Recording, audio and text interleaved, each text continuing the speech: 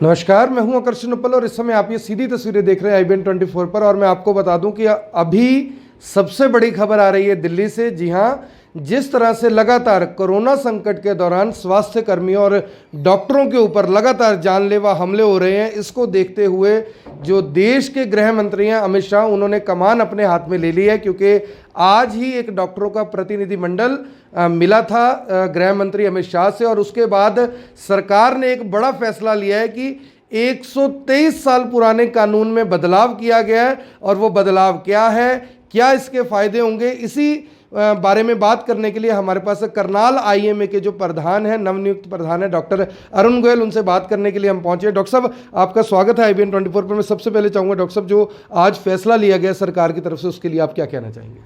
शुक्रिया आकर्षण जी। आज एक हमारा प्रतिनिधिमंडल वीडियो कॉन्फ्रेंसिंग के ज़रिए अमित शाह जी से मिला था। उनके साथ बहुत डिटेल में डिस्कशन हुई, क्योंकि पिछले दिनों जब से कोरोना नाम की बीमारी फैली है, ये एक बीमारी के बारे में थोड़ा सा ब्रीफ इतना बताना चाहता हूँ कि इसने सारे विश्व को ही अपनी चपेट में ले रखा है। भारत में ये बीमारी बहुत ज़्यादा नहीं फैल पाई, क्योंकि हमारे देश के प्रधानमंत्री ने बहुत टाइम पे लॉकडाउन कर दिया और स्वास्थ्य कर्मियों ने भी बहुत अच्छी तरह से काम किया, और हम बहुत कम केसों पे ही अभी चल रहे हैं। अगर हम विकसित देशों के मुकाबले देखें तो USA और UK, इटली, स्पेन जैसे कंट्री से हमारे नंबर ऑफ़ केसेस बहुत कम हैं। इसलिए मैं ये समझता हूँ कि स्वास्थ्य कर्मियों की जो काम करने की क्षमता है, उसके ऊपर ये एक बहुत बड़ा सराहना के योग्य है। और उसके दौरान ही एक बहुत दुखद इसका एस्पेक्ट ये है कि बहुत से लोगों पे, स्वास्थ्य कर्मियों पे, लोगों के अटैक्स की बहुत खबरें आ रही हैं। जैसे कि कोई भी डॉक्टर काम करते हुए अगर संक्रमण का से प्रभावित हो जाता है तो उसको उसके घर से या उसकी लोकेलिटी से बाहर निकालने की लोग कोशिश करते हैं, और गंभीर चोटों के दौरान भी लोग बाज नहीं आते उनके ऊपर अटैक करने से। और रिसेंटली 3-4 दिन पहले चेन्नई में हमारे एक डॉक्टर बंधु की इसी बीमारी से ग्रस्त होकर अचानक मृत्यु हो गई। पर इतना शर्मनाक हादसा हुआ कि उनको दाह संस्कार करने की अनुमति भी लोगों ने नहीं दी, और बहुत मुश्किल से उसका दाह संस्कार हो पाया। इनको मद्देनज़र रखते हुए IMA, हमारी जो नेशनल बॉडी है, उसने सरकार से मुलाकात की और सरकार को इस बात के लिए कहा कि ये इस तरह के जो हमले हैं वो बिल्कुल भी एक्सेप्ट नहीं किए जा सकते। और इस पे संज्ञान लेते हुए हमारे गृह मंत्री ने एक अध्यादेश जारी किया। ये अध्यादेश एक 120-25 साल पुराना एपिडेमिक डिजीज़ एक्ट है, उसमें एक अमेंडमेंट की गई है। इस अध्यादेश के ज़रिए कोई भी हमला अगर किसी डॉक्टर पे, हेल्थ टीम पे या किसी हॉस्पिटल क्लिनिक पे किया जाएगा किसी भी व्यक्ति के द्वारा, तो ये एक गैर जमानती अपराध माना जाएगा, जिसमें एक केस दर्ज करके जांच अधिकारी 30 दिन के अंदर अंदर अपनी जांच रिपोर्ट कोर्ट में देगा, और कोर्ट उसका 1 साल में फैसला कर देगी। और गंभीर चोट की अवस्था में जो ऑफेंडर है, जो अपराधी है, उसको 6 से 7 साल की सज़ा भी हो सकती है।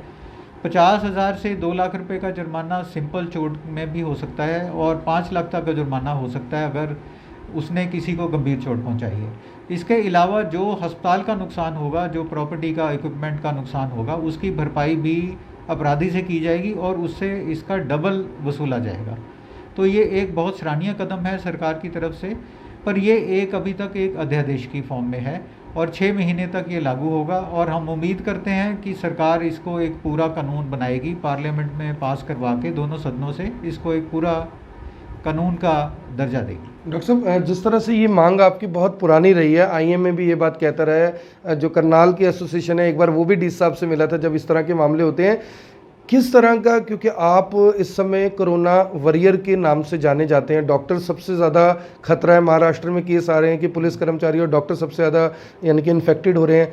जब इस तरह की हरकतें होती हैं, लोग इस तरह से करते हैं, हालांकि ये एक अलग किस्म के लोग हैं जो इस तरह की करने की कोशिश करते हैं, क्या एक डॉक्टर के ऊपर बीतती है, किसी के ऊपर हो या अपने ऊपर हो, क्या उस समय आप सोचते हैं कि एक डॉक्टर बनने के बावजूद लोग इस तरह का व्यवहार कर रहे हैं?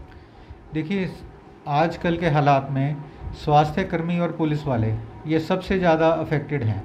वो ही पब्लिक के फ़ायदे के लिए अपनी ड्यूटी कर रहे हैं, दिन रात का देख नहीं रहे, और उसके बावजूद भी उनको बीमारी भी होती है और लोगों के हमलों का और लोगों के दुर्व्यवहार का भी उनको सामना करना पड़ता है। इन सब चीज़ों से उनका मनोबल गिरता है और बीमारी को भी फाइट करने में, बीमारी से लड़ने में भी बहुत बाधा आती है। ये एक मैं बात बताना चाहता हूँ कि एक ये युद्ध भूमि की तरह ही है, और इस युद्ध भूमि में तो जो हमारा दुश्मन है वो भी अदृश्य है, और ये अदृश्य दुश्मन से लड़ने के लिए हमें पब्लिक की सपोर्ट की और सहयोग की बहुत ज़रूरत है। पुलिस अपना काम बहुत भरपूर कर रही है, एडमिनिस्ट्रेशन अपनी तरफ से बहुत कोशिश कर रहा है, गवर्नमेंट बहुत अच्छा काम कर रही है, लॉकडाउन किया है उसको सख्ती से इम्पोज भी कर रहा है, लोगों को रोज़मर्रा की चीज़ें भी मुहैया करा रहे हैं। डॉक्टर अपना काम बहुत मुस्तैदी से और बहुत सिंसेरिटी से कर रहे हैं। उसके बावजूद भी बहुत सी जानें जा रही हैं, बीमारी भी लोगों को हो रही है, और इसमें सबसे ज़्यादा जो नुकसान हो रहा है वो हेल्थ वर्कर्स का हो रहा है। तो हमारी पब्लिक को, समाज को ये समझना चाहिए कि ये लड़ाई हम सबकी है, और इस लड़ाई में सबसे आगे डॉक्टर और हेल्थ कर्मी खड़े हैं, और अगर हम उनको ही दुर्व्यवहार करेंगे, उन पे अटैक करेंगे, उनके साथ ऐसा व्यवहार करेंगे, तो हमारा इस लड़ाई में, कोरोना की लड़ाई में जीत पाना बहुत मुश्किल होगा। तो मेरी सबसे ये अपील है कि इस तरह की हरकतों से बाज आएँ और सबसे सहयोग, डॉक्टर से और पुलिस से सहयोग करें, ताकि हम इस बीमारी को अच्छी तरह से लड़ सकें। डॉक्टर साहब, जिस तरह से 123 साल पुराना ये कानून था, इसमें आज बदलाव किए गए, हालांकि आप लोग लंबे समय से मांग उठाते रहे हैं, और ये सिर्फ जो एपिडेमिक एक्ट है उसी के दौरान के लिए किया गया, तो क्या आप मांग करेंगे सरकार से कि ये परमानेंट कानून अगर बन जाए, क्योंकि कानून अच्छा है, अगर परमानेंट बन जाता तो थोड़ा सा डर बनेगा लोगों के अंदर की यानी उनकी प्रॉपर्टी जो है वो सीज कर सेल भी हो सकती है, कुर्क भी हो सकती है, क्योंकि रिकवरी तो इतना बड़ा अमाउंट तभी हो पाएगा, थोड़ा सा लोगों में ये माहौल बनेगा कि हमें किसी डॉक्टर पर, किसी जो हेल्थ कर्मी है, स्वास्थ्य कर्मी है, उसके ऊपर हमला नहीं करना। आपकी बात बिल्कुल दुरुस्त है। ये एक पुराना एक्ट है जिसमें बदलाव किया गया है। चलो, ये एक सही दिशा में लिया गया कदम है, चाहे कुछ देरी से है, और हम ये मांग भी करते हैं, उम्मीद भी करते हैं कि सरकार इसकी सच्चाई को गहराई से सोचेगी, भांपेगी, और इसको एक परमानेंट फीचर बनाएगी। क्योंकि अगर ये अध्यादेश 6 महीने में लैप्स हो जाता है तो फिर वो ही पुराने हालात हो जाएंगे, लोग इसको भूल जाएंगे, और जो असामाजिक तत्व हैं वो अपनी गतिविधियां फिर जारी रखेंगे। तो मैं सरकार से उम्मीद करता हूं और मांग भी करता हूं कि इसको एक परमानेंट लॉ बनाया जाए, ताकि एक डर का माहौल उन लोगों में बने कि जो असामाजिक तत्व हैं। हमारे डॉक्टर के खिलाफ अगर किसी को भी रंजिश है तो उसके लिए बहुत सारे कानून पहले ही हैं। कोई भी हॉस्पिटल में तोड़फोड़ करना, डॉक्टर से मारपीट करना इस समस्या का समाधान नहीं है। अगर आपको कोई भी किसी तरह का गिला शिकवा या कोई भी शिकायत डॉक्टर के खिलाफ है, तो हमारे देश के बहुत सारे कानून इस तरह के बने हुए हैं जिसके अंतर्गत आप अपनी शिकायत रख सकते हैं और आपको उसमें समाधान भी मिल सकता है। डॉक्टर साहब, कोरोना को लेकर क्या जागरूक करने के लिए लोगों को कहेंगे? हालांकि एडमिनिस्ट्रेशन की तरफ से, डॉक्टर्स की तरफ से, सरकार की तरफ से हर तरह की गाइडलाइन दी जा चुकी है, लेकिन जो अब समय चल रहा है इसे नाजुक समय माना जा रहा है, क्योंकि अगर हमने ये लॉकडाउन का पीरियड अच्छे से पार कर लिया तो बचाव हो जाएगा, नहीं तो स्थिति आगे बिगड़ भी सकती है। तो क्या बताना चाहेंगे लोगों को? देखो, इसमें हम ऑलरेडी स्टेज 2 में हैं बीमारी की। अगर हम स्टेज 3 में जाते हैं, स्टेज 3 में बोलते हैं कम्युनिटी ट्रांसमिशन। कम्युनिटी ट्रांसमिशन मतलब ये है कि कोई भी 100 आदमियों में भी एक भी आदमी अगर इन्फेक्टेड है तो वो 100 आदमियों को इन्फेक्ट कर सकता है। तो इसमें मेरा सबको यही निवेदन है कि लॉकडाउन का सख्ती से पालन करें, सरकार को मौका ना दें कि आप पे सख्ती करें, हम खुद अपने लिए सख्ती करें, क्योंकि ये लॉकडाउन हमारे फ़ायदे के लिए है। ये हमारा एक अदृश्य दुश्मन है जो सांस के रास्ते एक आदमी से दूसरे आदमी के शरीर में प्रवेश कर जाता है, और कब प्रवेश कर जाता है हमें मालूम नहीं पड़ता। तो इसके लिए मैं यही कहूँगा, घर में रहें, सुरक्षित रहें, मास्क पहने जब भी घर से निकलें, और हो सके तो घर के अंदर भी, अगर आपके मेंबर ज़्यादा हैं तो घर के अंदर भी पहने, क्योंकि इसमें बहुत से लोग एसिम्प्टोमेटिक हैं जिनको कोई बीमारी के लक्षण नहीं होते, पर उनके सांस में भी ये वायरस निकलता है और आपको ये संक्रमित कर सकता है। इसलिए मेरा यही निवेदन बार बार है कि बार बार हाथ धोएं, घर में रहें, सुरक्षित रहें, कहीं भी जाने से जरूर बचें, अगर बहुत ज़रूरी हो तो ही घर से निकलें। धन्यवाद डॉक्टर साहब। और मैं आपको बता दूं कि डॉक्टर साहब डॉक्टर अरुण गोयल हैं, IMA करनाल के प्रेसिडेंट हैं और जब इनकी नियुक्ति हुई थी उस समय जो फंड्स थे आईएमए के पास जिसका इन्होंने कार्यक्रम करना था वो भी इन्होंने डिस्ट्रिक्ट एडमिनिस्ट्रेशन को डोनेट कर दिया था कोरोना रिलीफ फंड में कि जब हम ये कार्यक्रम नहीं कर पा रहे तो हम ये पूरे का पूरा अमाउंट डोनेट कर देते हैं। वो शायद डॉक्टर साहब 2.5 लाख रुपए का अमाउंट था।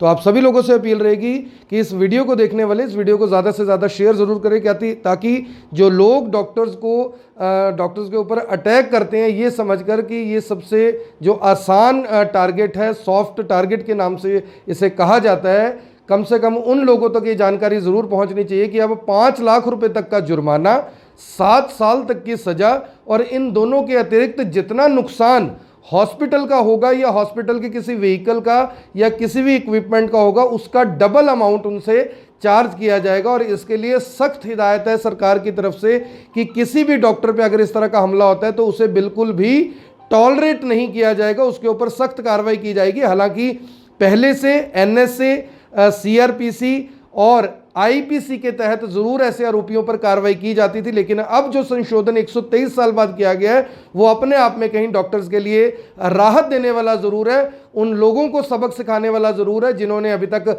उत्तर प्रदेश, मध्य प्रदेश, महाराष्ट्र जैसी जगह पे कई बार डॉक्टर्स के ऊपर हमले किए। हालांकि वो क्वारंटीन करने के लिए टीमें जाती थी, लेकिन इन लोगों ने डॉक्टर्स के ऊपर ये सोचकर अटैक किया कि ये यहाँ से चले जाएंगे और खुद भी वो इन्फेक्टेड हुए और लोगों को भी उन्होंने इन्फेक्टेड किया। आप देख रहे हैं IBN24, मैं हूं आकर्षण उपल करनाल से आप सभी के साथ लाइव। आपसे अपील रहेगी कि इस वीडियो को शेयर जरूर करें। धन्यवाद।